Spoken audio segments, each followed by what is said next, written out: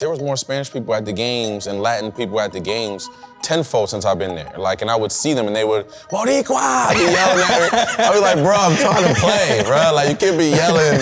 There was a point where I was just answering Spanish questions. And I'm like looking at the Giants staff like, come get me, okay?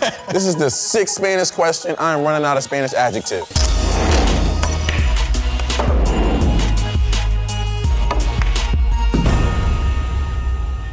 So who we got in the pool hall today?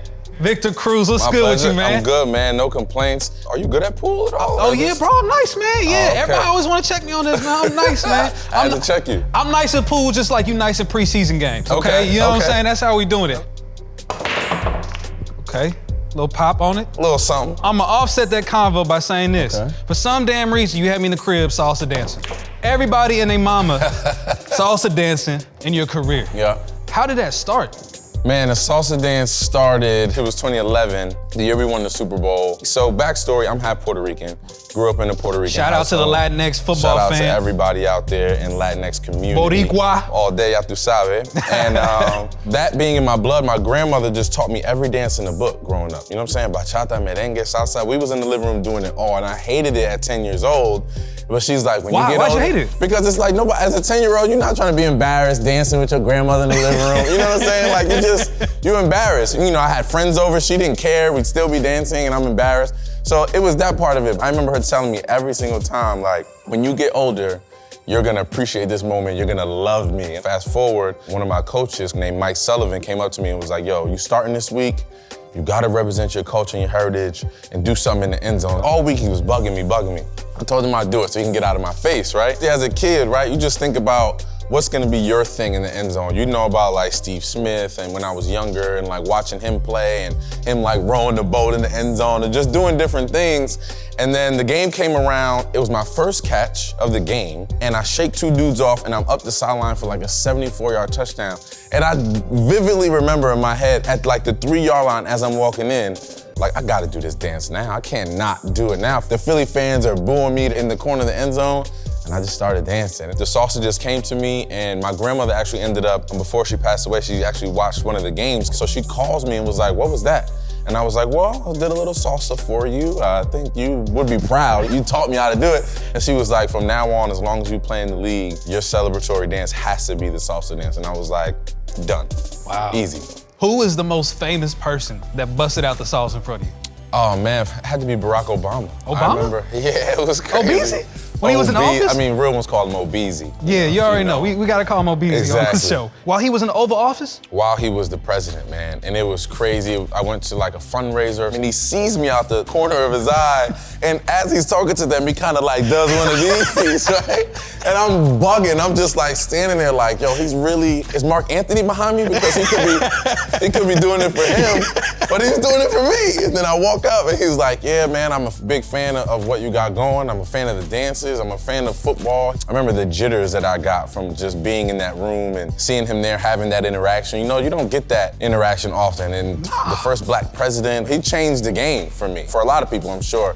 So for me to have that opportunity to be there with him and for him to break out the salsa, and it was pretty good too, it wasn't bad. The crazy part is, as you talk about how much significance the dance has for you, people trying to mock you. Yeah. Trying to do the dance too, right? Yeah, I remember 2011, we played the 49ers and Carlos Rogers got an interception against me and got up and started doing the salsa dance. Then they just asked me how I felt about it, and I gave my honest opinion, and I was just saying how, you know, it's a special thing for me. With my grandmother, her showing me how to dance and her passing away that very year, it ended up being even more special to me because of the timing of it all.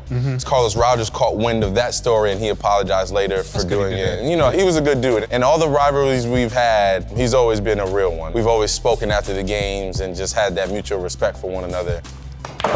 Okay. I will say, once you had your injuries, the 2 years that you were absent, we weren't able to see the salsa dancing on the field. What were those 2 years like for you? Those were some of the roughest years in my life, to be honest, because you know, you sit there and a part of your life is kind of taken away from you in a sense. When you're injured, you don't want to go anywhere. You're just up, beard growing, all kind of hair on my face I didn't even know could grow there in certain areas. My family was like, yo, let's go. Even if they put me in a car and we rode around for an hour somewhere, like they just wanted to get me out of the house, get some fresh air at times. I don't even know if my family knows that, but those moments and those times really went a long way.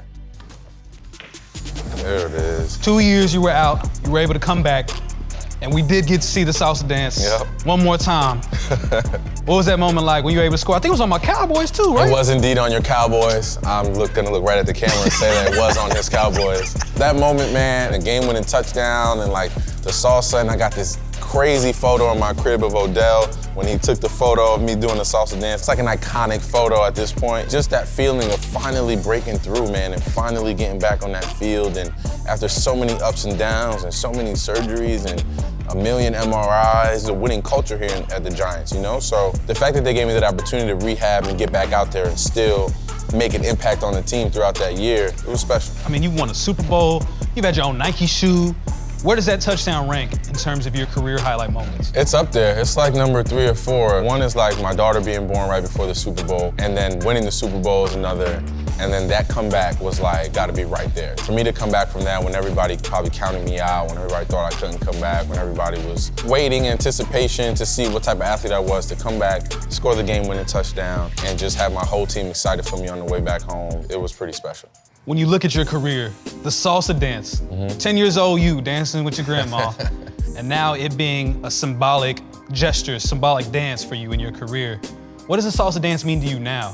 It probably means more to me now. You know, as you get older and you have children of your own, like, you understand the sacrifices that your grandparents made and your parents made for you. So for me to honor my grandmother who made the ultimate sacrifices coming here from Puerto Rico with my mom, it embodies so much more than just a dance. It brings me back to the memories of when we lived in a tiny apartment and we're dancing on the floor, but the tiny apartment felt like a mansion to me as a kid. And I know it'd be special to the fans because they don't care where I'm at, they ask me to dance for them in public. So that's a thing, that actually happens. Over, under, how many times have you danced for someone? I mean, do you have time? Do we have enough time in the segment for I this? don't think we do. I mean, just yesterday I was out. Just yesterday? Just yesterday, I was in a grocery store. I won't say the name because people will start flocking there. I'm walking out and like you can tell someone kind of beat it out. Must have asked someone if that was me and then ran outside. And he asked me for a photo, and I kind of gave him like the social distance photo, right? Kind of lean in. And then he goes, man, can we see it? Can we see the dance? And I'm like, see my ID? What are you talking about? Don't make me dance here. I was like, only if you dance with me. If I'm gonna be embarrassed, you're gonna be embarrassed too. And he just started dancing, unsolicited, and I was like, damn, I gotta do this with you now. You're gonna make me do it. But I like to have fun with it now, you know? That's good. I'd rather just not be dancing for your enjoyment. If I'm gonna be embarrassed, you're gonna be embarrassed. Yeah, we're gonna do it together. We're gonna do it together. You ain't laughing at me. We laughing together. In this parking with lot. Me. We're gonna do it. We're gonna do it together. Bang, bang.